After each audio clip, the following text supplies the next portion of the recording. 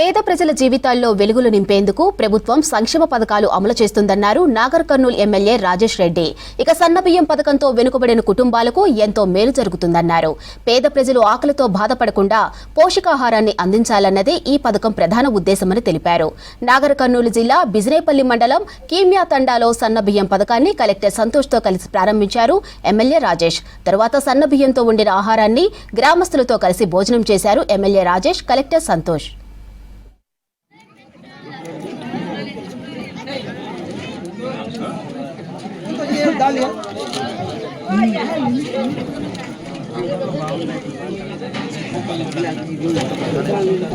ఈరోజు ఆ సన్నబియ్యం ఎలా ఉంది, మా అక్క చెల్లెలు ఎలా తింటున్నారో, ఎలా వండుకుంటున్నారో అనే విధంగా ఈరోజు తాండాకు వచ్చి కీమియా తాండాకు వచ్చి ఈరోజు మా అక్క చెల్లెలు ఎస్టీ సోదరిమణులు అందరితో ఈరోజు భోంచేసి బాగుందా లేదని అడగడం జరిగింది. అందరూ కూడా చాలా సంతోషంగా ఉన్నారు, సంతోషంగా తిన్నారు. కాబట్టి అందరూ కూడా వీరి ఆశీర్వాదాలు ఉంటే ముఖ్యమంత్రి గారు కానీ, రాష్ట్ర ప్రభుత్వం కానీ, మేము కానీ కలెక్టర్ గారితో వచ్చి ఇక్కడ భోంచేయడం జరిగింది.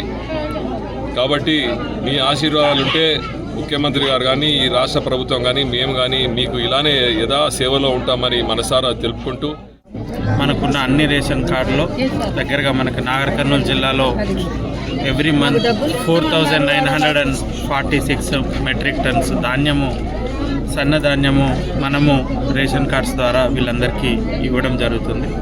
సో అందులో భాగంగా ఆ రైస్ క్వాలిటీ ఎలా ఉంది అండ్ ఆ సన్న బియ్యం తీసుకున్న ఎవరైతే లబ్ధిదారులు ఉన్నారో వాళ్ళు ఏ విధంగా ఫీల్ అవుతున్నారని ఈరోజు మనం ఇక్కడికి వచ్చి వాళ్ళతో ఇంటరాక్ట్ అయ్యి వాళ్ళతో భోజనం కూడా చేయడం జరిగింది.